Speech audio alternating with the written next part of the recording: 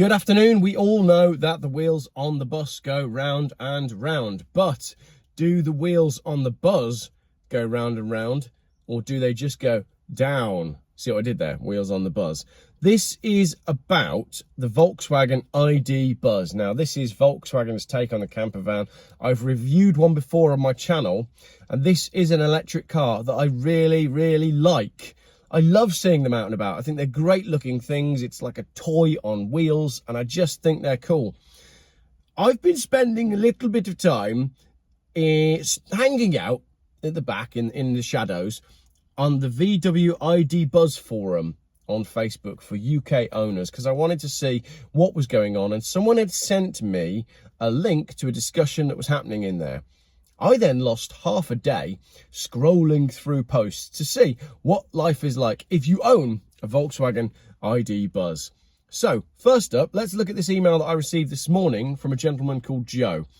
Geoff, after a discussion with salespeople at Cameron's of Perth, the dealership which went on fire, not an electric car, probably a diesel Range Rover, he went in to see about trading his VW ID4 electric car, trying to get out of that POS.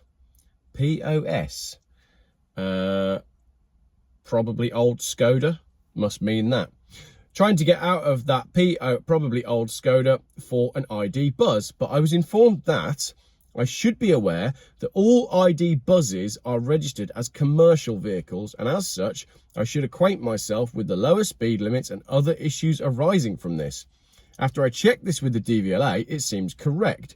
If you car check a couple that you see on the road, they come back as commercials.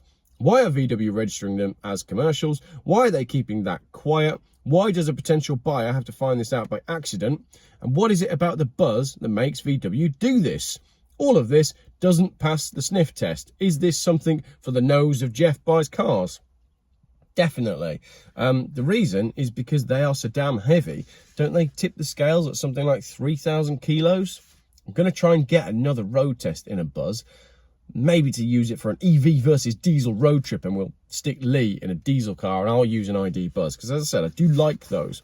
Right, now let's get into what I found in the VW ID Buzz forum on Facebook. I found that it's a very active and vibrant community of people, and I like that.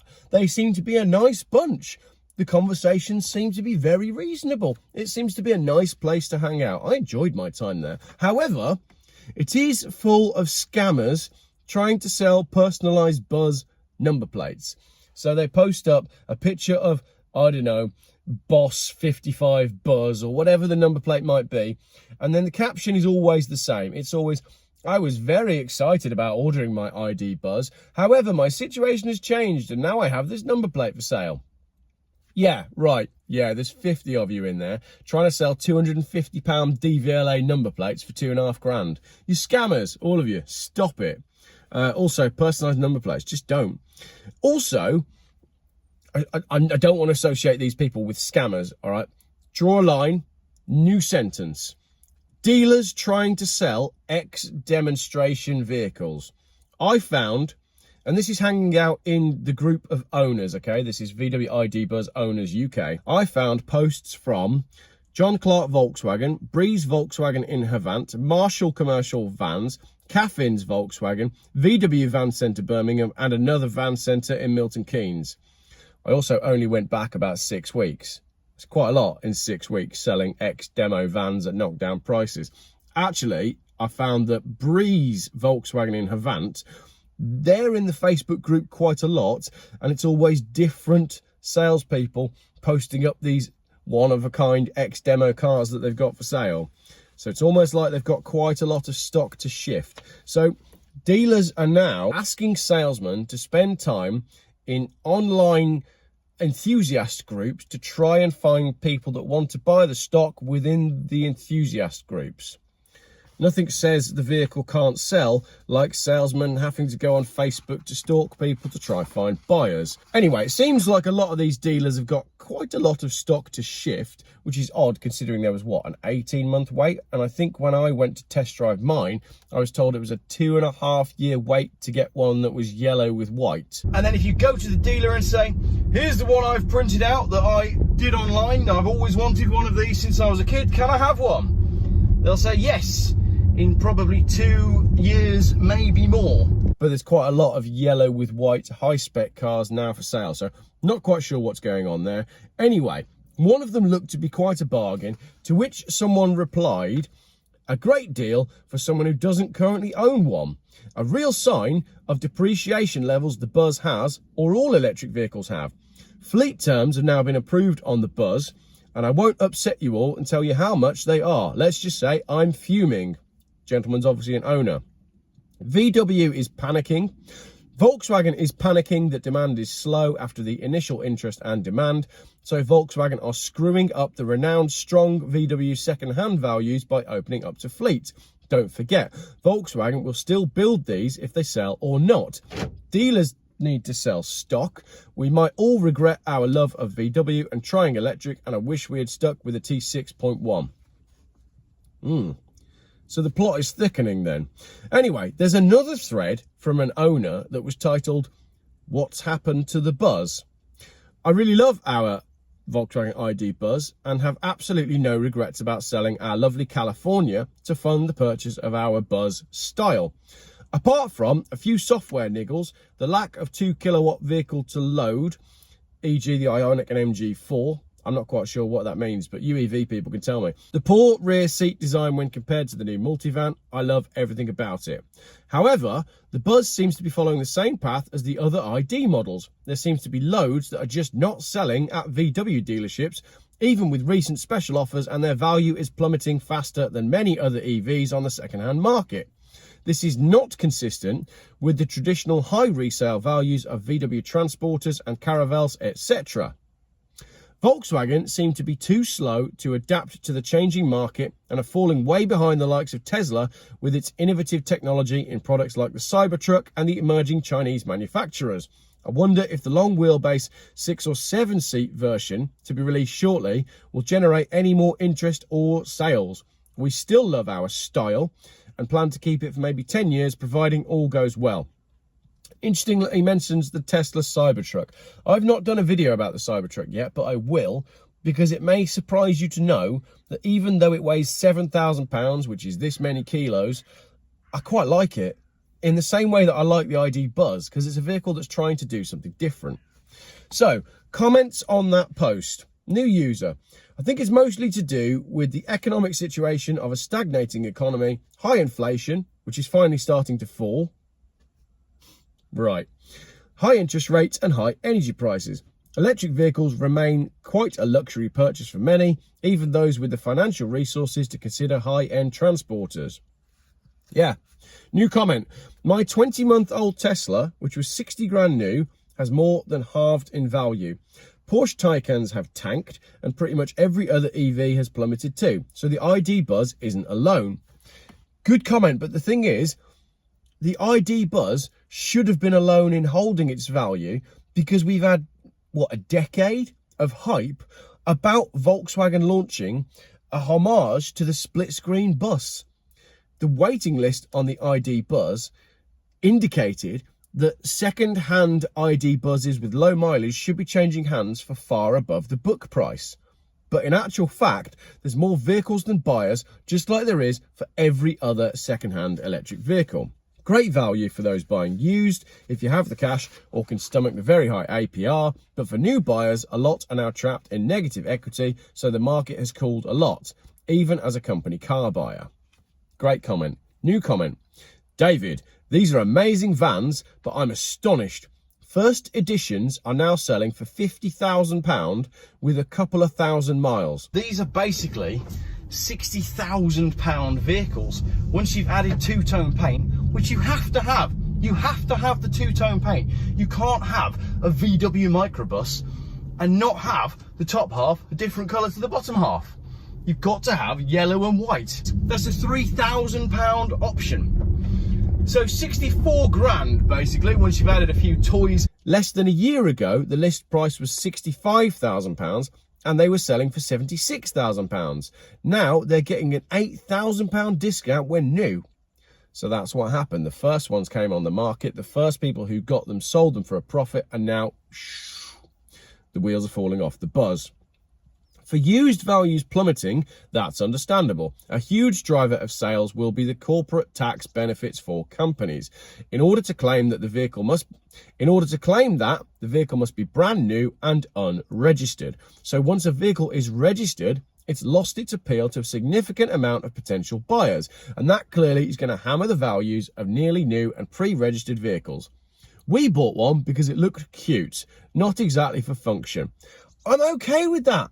Buy it because you like it. Buy it because you love it. Buy it because they look great in yellow and white. That's fine. Honestly, do it. It's a cool looking thing. It weighs 3 tons, but we'll come on to that in a minute. Same comment. The software is terrible. The battery has problems with charging. The sat-nav is stupid, and the computer turns your car off the moment you lift your ass off the chair. Well, it looks cute, so there you go. People don't buy a Ferrari for the speed or function either. People buy them for the look. It's a really good point, because when was the last time you could do 160 mile an hour anywhere? You can't, can you? So people buy Ferraris because they want to be seen in Ferraris, and they want that warm, fuzzy feeling that I'd imagine you get if you own a really sturdy pair of winter boots. No, the really good fuzzy feeling you get from saying I own a Ferrari. And if you missed that boots reference, you have to watch my video on weather. It wasn't very good, but then you'll understand the reference. Another comment. I think the reason for the ID Buzz not selling is because it's way overpriced. The inside is cheap and plastic is nasty for the price they are selling the cars. It's extortionate. We didn't care, only because we planned to rip everything out.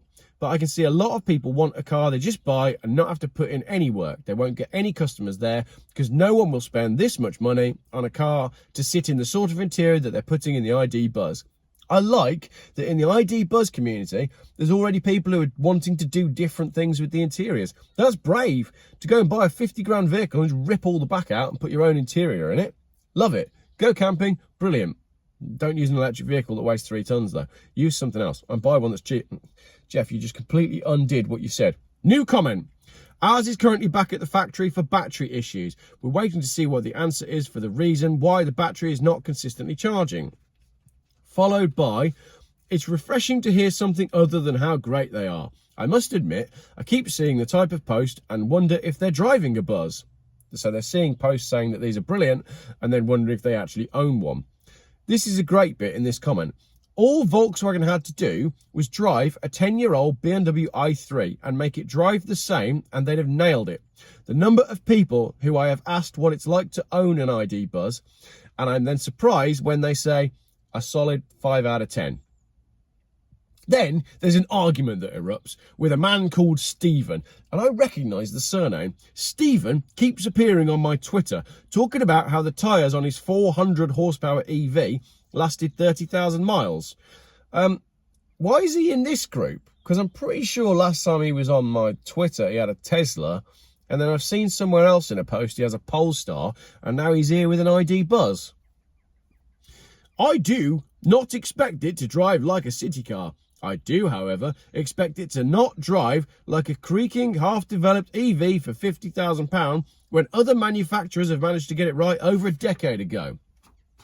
So they had a fight, basically, in the comments. And there's another comment, and someone said, this is the reason I cancelled my first edition ordered on day one. As soon as, so they saw that the car was announced and ordered one straight away. But as soon as I saw the demo, I thought it wasn't worth the financial stretch and it didn't wow me. So they cancelled the order. New comment. I loved my first edition, but sold it just before the recent residual value crash and almost returned all of my original outlay. I replaced it with a high-spec delivery mileage Taycan 4S Sport Turismo, and I saved almost £40,000 compared to the list price. The used market's a bit crazy at the moment. So, they bought a first edition car, sold it for pretty much exactly what they paid for it, and then instead went and bought a delivery mileage, which means it's registered, Taycan Sport, and saved a fortune and ended up with a Taycan that had already lost a lot of its value because they then bought it. You can get a good buy right now if you want to buy a premium electric vehicle for no money. However, I did manage to find someone that really, really likes his ID Buzz. This is a business user. My VW ID Buzz was cheaper to insure than my Vito. A new tyre for the VW is 130 quid, whereas 150 to 160 for the Mercedes. Efficiency of my cargo averages 3.5 kilowatts per thing, where the Vito kept steady at 36 miles per gallon over 4 years. So he's getting an equivalent of 120 miles per gallon, he says, out of his ID Buzz, whereas the Vito that he had before was doing 36 miles per gallon. And last year's diesel bill was £7,000. So for this gentleman, the electric van is working out much better for him. But I have to say, from the comments that I've read, not the majority. Someone else says, does anyone have the same problem? Our ACC, automatic cruise control, picks up random speed signals on smart motorways. Ours have gone from 70 to 50 and then 60 to 100.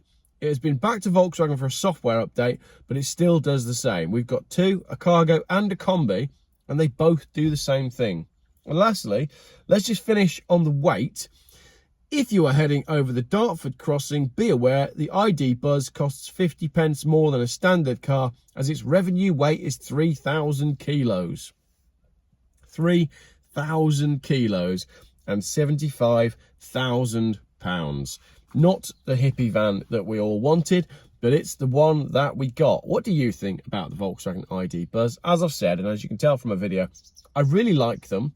And I wanted the ID Buzz to be a success because I've been following the story of this relaunched Volkswagen microbus since I was like 15. So it's a shame that it's not working. However, if it keeps not working like that, pretty soon they'll be available for Geoff money. That's exciting, isn't it? Right, road trip coming up on Thursday, EV versus diesel, myself and Lee in his Taycan again, me and my broken Mercedes. And I am trying to borrow an ID Buzz to do a trip with Lee. We'll put him in a diesel and see if I can cope with charging an electric car for a trip. Thank you very much for watching.